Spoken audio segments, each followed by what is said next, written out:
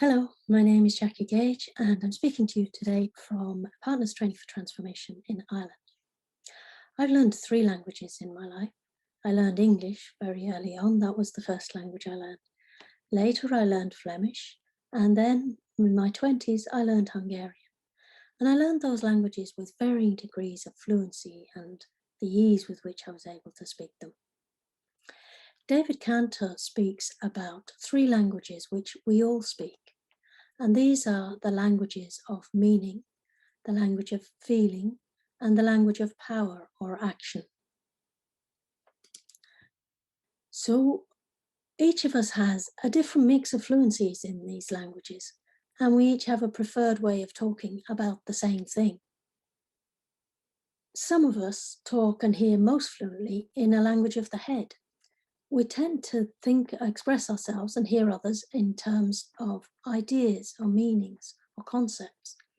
And we're attentive to the content of the conversation that is about making sense of things, or to the content that is muddled, confused, or illogical. These are the things we notice if our language that we're most fluent in is the language of the head.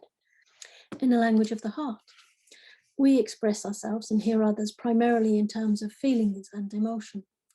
We notice the content of the conversation that's about relationship, inclusion, and warmth, or exclusion and conflict and coldness.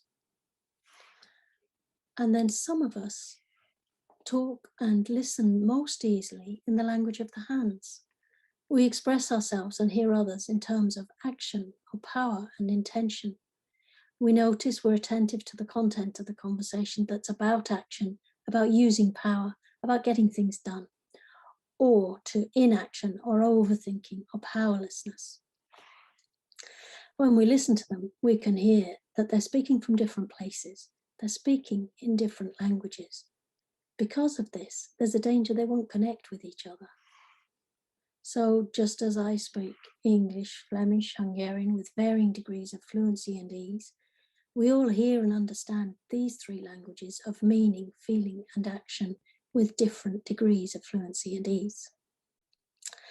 So when we're working with groups, what we find really helpful is to really pay attention to what are the languages that people are using.